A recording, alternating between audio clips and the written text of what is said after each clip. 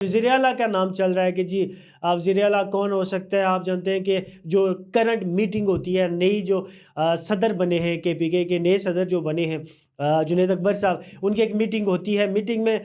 بتایا جا رہا ہے کہ علی امین گنڈا پور صاحب موجود نہیں تھے، دیگر MPAs بھی موجود نہیں تھے،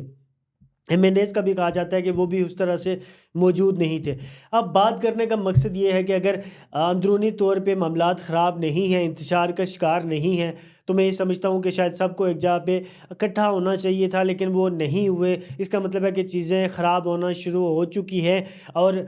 جنید اکبر جو ہے وہ بڑے پرانے سیاسی کارکن ہیں عمران خان صاحب کے، ان کے ساتھ بڑا ان کا عرصہ گزرا ہے، اور کہا یہ جاتا ہے کہ وہ اس طرح سے جس طرح سیاستدان ہوتے ہیں ان کی بود و باش ہوتی ہے، پیسہ ہوتا ہے، آگے پیچھے گاڑیوں کی لائنیں ہوتی ہیں، اس طرح سے ان کے معاملات نہیں ہیں. بڑے سخت رویے والے آدمی ہیں، اور ان کی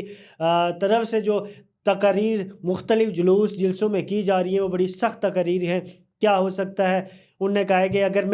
مجھے منع کیا گیا، مجھے میرے دماغ سے کام نہ کرنا دیا گیا، تو میں عمران خان کی بھی نہیں مانوں گا، اور میں ذرا معاملات جو ہے وہ ختم کر کے استعفیٰ دے کے چلا جاؤں